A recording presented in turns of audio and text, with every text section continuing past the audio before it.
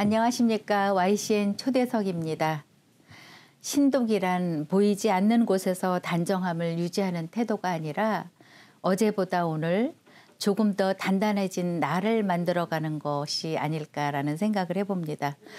오늘은 한국 명리학을 음지에서 양지로 끌어내면서 최초로 제도권 교육을 시행하면서 수많은 제자를 배출하셨고 국제 역학대회 그 사무총장님을 역임하시면서 글로벌한 활동을 하고 계신 서경대학교 대학원 백민 교수님을 모시고 명리학에 관한 궁금한 이야기들을 여러분과 함께 하려고 합니다.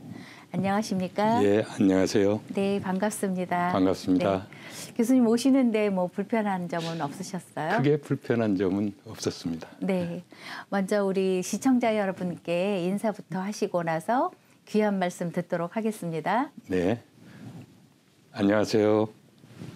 방금 소개받은 백민입니다. 저는 서경대학교 대학원에서 명리학을 강의하고 박사과정과 석사과정을 지도하고 있으면서 국제역학 그 대회 활동을 총 책임지고 있습니다. 고맙습니다. 네, 교수님께서 이제 그 학교 대학원에서 여러 강의를 하고 계시는데 하시는 그 일들을 간단히 소개를 좀 해주실까요? 대학원에서 현재 강의를 하고 있습니다만 항상 이러한 자리가 마련되면 하는 얘기가 제도권 안에서 이 명리학 강의를 처음 대한민국에서 시작한 네. 장본인입니다. 자랑스럽습니다. 1997년도에 네. 동국대학교 사회교육원에서 이 명리학 강의를 시작을 해서 지금은 그 당시만 해도 대학원에는 또 학부에는 이런 명리학 과목을 강의하는 데가 없었는데 네. 지금은 많은 그 학교 제도권 학교에서 네. 명리학을 강의하고 있는데 거기에 이제 일조하는 네. 디딤돌을 놓은 그러한 역할을 하면서 지금은 주로 대학원 석박사 과정만 네. 잘 지도하고 있습니다. 네, 최고의 과정만 지금 네. 담당을 하고 계시는데요. 97년부터 하셨다고 하면 그 이전에 그 명리, 그러니까 역학에 입문하게 된 동기가 혹시 있으신가요? 예, 당연히 있죠. 제가 원래 이 명리학자를 꿈꾼 건 아니었습니다. 그러셨어요? 네. 그 대학을 다닐 때 저는 원래 교육자를 꿈을 꿔서 네. 집안 형편도 넉넉하지 않고 그래서 원래 교육대학을 진학을 했었습니다. 네. 그래서 교육대학을 그 당시 진학해서 교직에 나가면 그 병역 혜택도 있고 그래서 잘 2년 동안 마쳤는데 네. 뭐 제 잘못이겠습니다만 어떤 암울한 시대적 그런 상황 때문에 좀 운동을 좀 많이 해서 제적당했습니다. 그러셨어요?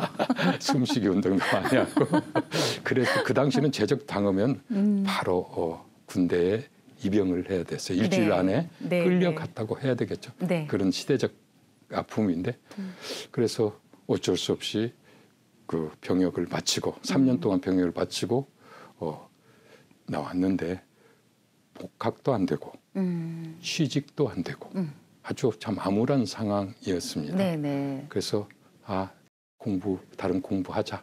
흔히 말하는 법률적인 공부를 한번 시험 보겠다고 보따리 싸들고 네. 저 전북 김제 뒷산인 모악산 네. 그쪽에 조그마한 암자에 들어가서 이제 공부를 하다가 그곳에서 이 공부를 미리 오래 하신 선생님을 이제 뵙게 됐어요. 네. 만나게. 그분은 고위직 공무원이었는데 신병이 있어서 네. 수양을 하는데 병원에서 수술도 안 되고 약도 안 되고 네, 어떤 네. 복합적인 그런 질병이 있어서 그래서 자기 운명이 왜 그런가 이렇게 그냥 그러한 연구를 하는 차에 이제 제가 공부하러 들어오는데 제 공부하는 모습을 그 당시는 이런 역학 공부가 아니고 네네. 앞서 말한 흔히 말하는 고시 공부라고 네네. 하는 네. 그 공부를 하고 있는데 공부하는 모습이나 엄청 열심히 하는데 그분은 그런 쪽에 관심이 있으니까 제 사주를 봤겠죠. 네네. 생년월일을 알고 시험 보러 가는데 이제 애연 아닌 예언 비슷하게 저한테 준 게 참 자기가 본바로 공부 열심히 하고 이 정도 실력이면 참 충분히 1차 정도는 합격하겠다 하는데 운이 좋지 않으니 좀 건강 조심하고 이렇게 다녀왔으면 좋겠다. 너무 기대하지 말고 네. 이건 아주 시험 보러 가는 사람한테는 아주 힘이 쭉 빠지는 얘기네요. 그렇죠. 네. 그럼 제가 또 그걸 믿는 사람도 아니었고 뭐 봐달라고 온 것도 아니었는데 네. 그렇게 했던 일이 실제적으로 이제 일어났습니다. 그래서 서울로 시험을 보러 올라왔다가 그 숙부님 댁에 네. 이제 자러 가는데 교통이 불편했죠. 그 당시는 이 동대문에 이 고속터미널이 있을 때입니다. 거기서 택시를 타고 길을 모르니까 숙부님 댁에 가다가 교통사고를 났어요. 버스가 아이고. 받아가지고. 그래서 시험도 못 보고 병원에 있다가 내려갔죠. 근데 내려가면서 이제 그 생각이 났죠. 아, 가서 건강 조심하고 네. 공부한 만큼 결과 안 나오더라도 오, 이게 웬일이지? 이렇게 생각해서 그분한테 이제 꼬치꼬치 물어보기 시작했죠. 네. 뭘 보고 그런 걸 예측할 수 있으셨는지. 근데 그게 문제가 아니라 그 다음에도 또 다른 사연에 의해서 제대로 시험도 못 보고 네. 그냥 몸만 상한 일이 있었습니다. 네. 그때 도대체 이게 뭐길래 이렇게 나에 대해서 미리 이런 것을 예측할 수 있을까 네. 알아보기 어떻게 보면 반발심으로 시작을 했는데 네. 오기가 발동을 그렇죠. 하셨을 것 같아요. 예, 네. 이건 아니지 않냐 젊었을 때 근데 네. 도대체 뭘 가지고 그렇게 사람의 앞날을 함부로 얘기할 수 있나 네. 이렇게 어떻게 보면 참 반발 심리 이런 것으로 시작을 한 것이 네. 여기까지 왔습니다. 그러셨어요. 네. 그러니까 그때 운동은 하지 말고 그냥 숨쉬기 운동만 잘할 걸이라는 생각도 하셨을 것 같고 그 첫 고시 공부를 마치고 이제 서울에 와서 시험을 보러 올 때 운이 안 좋으니 조심해야 된다라는 말씀이 저는 그 말씀이 와서 콱 닿거든요. 네. 그래서 그때는 내가 운이 안 좋았나 보다라고 생각은 하지 않으셨어요? 그런 생각 못했습니다. 사실 그렇다고 뭘 좀 부정적이었죠. 근데 우리가 살다 보면 강한 부정이 강한 긍정으로 돌아가는 경우가 참 많습니다. 네. 그런가 보다 하고 이렇게 지나가는 것과 도대체 왜 이래, 왜 그래 이렇게 파고들다 보면은 어떤 강한 부정에서 긍정으로 돌아가는 일들이 참 많더라. 나중에 보니까 저도 그런 케이스 중에 하나입니다. 그러니까 2번 정도 그런 과정을 거치시면서 이제 집중적으로 거기에 이제 몰입을 하시면서 공부를 하신 거네요. 네. 네. 그래서 공부를 하다 보니까 와 이거 참 재밌다기보다 참 깊이가 있을 것 같은 공부다. 네. 우리 때마다 주입식 교육들은 서양 학문적인 시스템에 의한 그런 교육을 많이 받았기 때문에 사유할 수 있는 그런 지금 아이들처럼 생각하고 또 실제 이런 토론이라든지 이런 걸 통해서 하고 이런 교육은 별로 받지 못했었는데 생각의 폭을 많이 넓혀줄 수 있는 이런 공부 같다. 음양 오행부터 시작을 해서 우주 어떤 돌아가는 이제 그 정도까지 생각. 이게 좀 요즘 젊은 친구들 말들 이 장난 아닌데 뭐 이런 생각이 들다 보니까 조금 빠져들게 됐죠. 근데 하면 할수록 더 빠져들게 되더라고요. 왜냐하면 궁금증이 자꾸 많은데 근데 그 당시는 그걸 제대로 체계적으로 그 가르쳐주는 시스템이 없었습니다. 토제식 교육이라고 그러죠. 요즘 영어로 말하면 개인지도식이 됐죠. 한 선생님을 사사하면서 그 문화에서 이렇게 하고 이런 교육, 공교육기관의 제도권에는 그런 교육이 없었기 때문에 그렇게 그 선생님 절에서 분한테 어떤 기초적인 거 하고 공부를 하고 또 이제 책들도 참 귀했어요. 서적들도 그 당시는 그래서 서적들도 구하고 특히 이제 원서 흔히 말하는 이제 중국 서적 같은 경우는 많지 않은 걸 좀 어렵게 구해서 그런 것도 살펴보면서 네. 이제 개인적인 공부를 하다가 선생님을 찾아서 상경을 했죠. 네. 서울로. 이제 그때부터는 찾아다니면서 이제 공부를 그 당시 네네 그렇습니다. 하셨을 것 같은데요. 이 사주 명리학에 대해서 이제 공부를 깊이 하다 보니까 이게 동양학의 가장 기초적인 학문이죠. 그렇다고 봐야 되겠죠. 네네. 그래서 이 동양학에 대한 공부는 굉장히 많이 되신 것 같거든요. 예. 네. 그래서 역학 공부를 하시다 보면 동양학의 가장 기본적인 그런 네. 공부가 많이 되시지 않았습니까? 네. 그래서 그 역학, 사주 명리 이거에 대한 기본적인 현주소 그걸 어떻게 설명이 가능할까요? 우선 현주소 이전에 네. 이 동양학을 제대로 알기 위해서는 우리가 키워드 몇 가지는 기본적으로 알고 있어야 되겠죠. 네네. 우리가 다 알 듯하면서도 어려운 네. 그 속에 다 담겨져 있는 것이 저는 우선 음양, 그다음에 오행, 네. 그다음에 또 기, 우리가 기 이야기하죠. 네네. 또 십간 십이지 아, 이런 것들이 전부 이 동양학의 밑바탕에 깔려 있는 거죠. 네.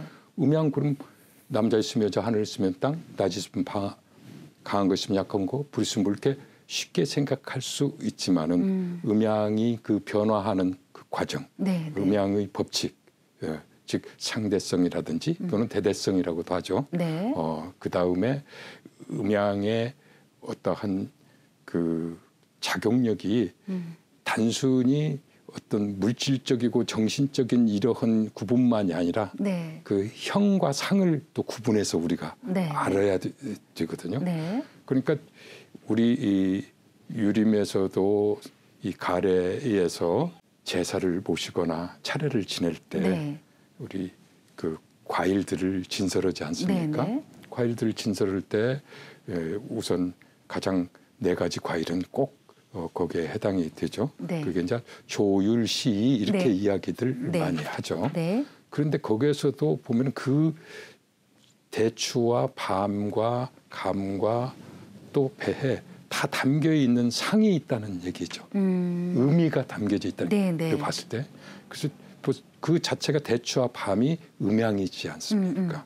그래서 음양이 조화를 잘 이루어야 모든 만물이 생육하고 번성하고 뻗어나가고 화목한 것처럼 네. 모든 이 세상이 시공 하늘과 땅 이렇게 음양의 조화를 이룬 것처럼 그런데 이 대추와 밤의 음양의 그 의미가 어떻게 담겨 있는가 이제 이것을 좀 우리가 파고 들어가 볼 필요가 있거든요. 네, 사실은. 네, 네.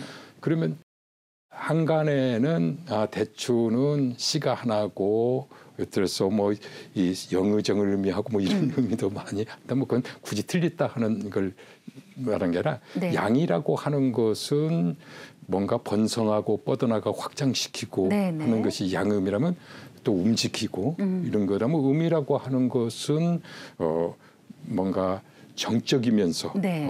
또 압축하고 모이고 하는 게 음이죠. 대추 같은 경우는 제가 그 실제 이렇게 대추나무를 키워보고 한 거 보면은 꽃이 과일 중에서 조금 늦게 피는 편이에요. 네. 비바람이 많이 치는 6월달 요 정도 피는데 대추꽃 혹시 보셨는가는 모르겠습니다만은 흔히 안개꽃 같이 생겼어요. 네. 아주 하얗고 다리다리 이렇게 네, 여러 가지 건데 그런데 그 대추꽃의 가장 큰 특성은 대추 열매를 맺지 않고는 아무리 비바람이 불어도 떨어지지 않는다는 얘기라고 하거든요. 그래요? 예.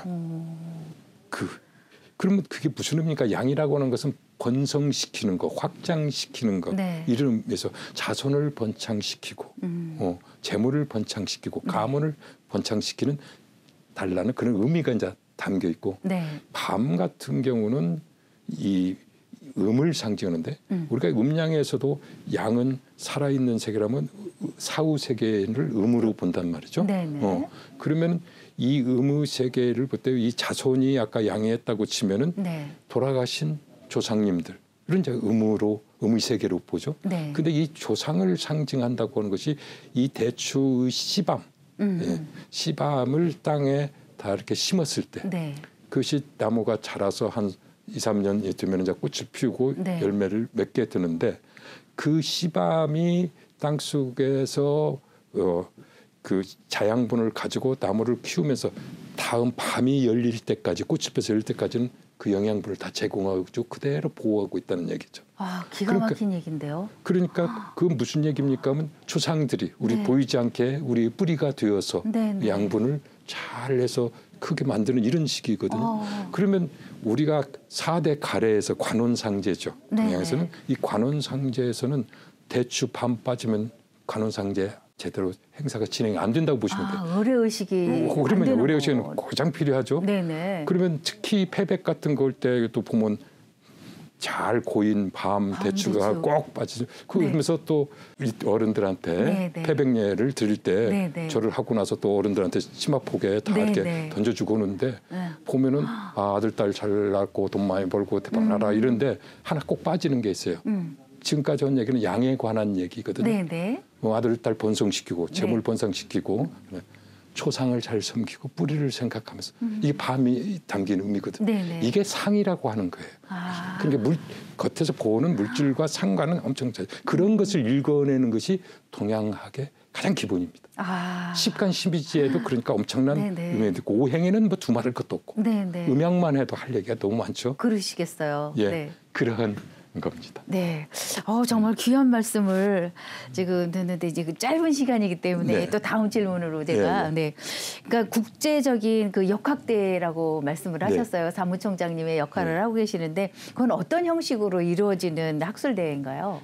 예, 원래 이 국제 역학대회는 우리 한국이 종주국입니다. 아, 그래요? 1984년도에 네. 한국과 중국과 일본, 한중일 세 나라가 그 당시는 지금 중국과는 수교가 없어서 네네. 중화민국이라고 하는 대만이죠 지금은. 네. 그렇게 세 나라가 모여서 우리 이 역학을 활성화시키고 정보 교류도 하자. 이렇게 해서 84년도에 형성된 그런 대회인데 세미나식입니다. 아, 그래요? 그래서 각 그 나라에서 논문을 역학자들이 제출을 하고 그걸 또 평가를 해서 시상도 하고 네네. 그래서 그렇게 시작해서 지금은 이제 중국이 커지니까 중국까지 합세고 이제 주로 동양권이겠죠. 네, 이 역할은 그러니까 이 동아시아 한국, 쪽에. 예, 동아시아, 네네. 한국, 일본, 중국, 지금 대만, 싱가포르, 홍콩, 마카오, 말레이시아, 베트남, 태국 뭐 이런 식으로 그다음 이제 미국에서도 오는데 그 미국에서 참여하는 분들은 이제 되게 화교들 이제 다른 외국에서 네네. 가끔은 이제 독일이나 이런 데서도 풍수라든지 이런 걸 하시는 분들도 오기는 합니다. 그래서 한 네네. 10여 개국이 매년 모여서 그 학술 세미나를 하고 대회를 하는 거죠. 네네. 그래서 지금 32차가 하고 있습니다. 매년이니까. 네네. 역사와 전통인데 그게 우리 종주기다 하는 것은 이미 그게 다 알고 있습니다. 아, 그만큼 우리 대한민국 예, 대단한 나라네. 예전에 우리 고 지창용 그 박사님이 계셨습니다. 네네. 한국역술연협회 회장을 하신 분이 아주 심혈을 기울여서 만든 그러한 대회입니다. 네. 그러면 우리나라에서 그 국제 학술대회, 역학대회에 참여하시는 인원은 어느 정도 되시나요? 한 40여 명 정도. 아, 그렇게 됩니다. 많이 계시네요. 예, 예. 네네. 예, 그러면 합니다. 그 40여 명은 지금 교수님께서 지금 다 케어를 하고 계시는 당연히 입장이신가요? 해야 되고요. 네네. 저는 이제 한국뿐만 아니라 네. 이제 그 각 나라 아까 네. 말한 대로 아, 각 나라를 10여 다 개국의, 그 행사를 네. 다 조정을 해야 되고 진행이나 모든 것을 다 조정을 해야 되는 입장이니까 큰 일을 하고 계시는데요. 예, 좀 힘이 듭니다. 네네. 근데 재작년 이 코로나 19로 인해서 좀 편히 쉬고 있는데 마음은 안타깝습니다. 그죠. 참 정말 많은 마음 안타까우실 것 같은데 그렇다고 보면 이제 중국의 전통 문화와 우리나라의 전통 문화 예. 이런 것도 각기 이렇게 비교 뭐 분석까지는 안 하시더라도 크게 비교될 만한 그런 몇 가지가 있는지. 중국의 전통 문화와 이제 우리나라의 전통 문화에 대해서 사실 깊게 연구하지는 않았습니다만은 제가 중국을 뭐 매년 한 10여 차례 갑니다. 네. 예, 가서 쭉 보면 중국도 지금 많은 변화를 겪고 있지 않습니까? 네네. 특히 이제 사회주의 국가, 공산주의 국가에서 오랜 기간을 100여 년을 지금 지나면서 네. 특히 이 모택동 주석 시절에 이제 문화 대혁명을 겪으면서 많은 그 전통이나 이런 것을 터부시하고 파괴하고 했다가 이제 조금 이제 공자 사상이라든지 유교 사상이라든지 이 역학이라든지 이런 것을 어떻게 보면 이제서 다시 찾고 있다고 보면 돼. 그런 측면에서 보면은 우리나라가 훨씬 전통을 더 잘 지키고 있습니다. 아, 그렇죠. 그래서 이 육아의 석전대전이라든지 이런 거 보면은 중국 사람들 다 배워야 돼요.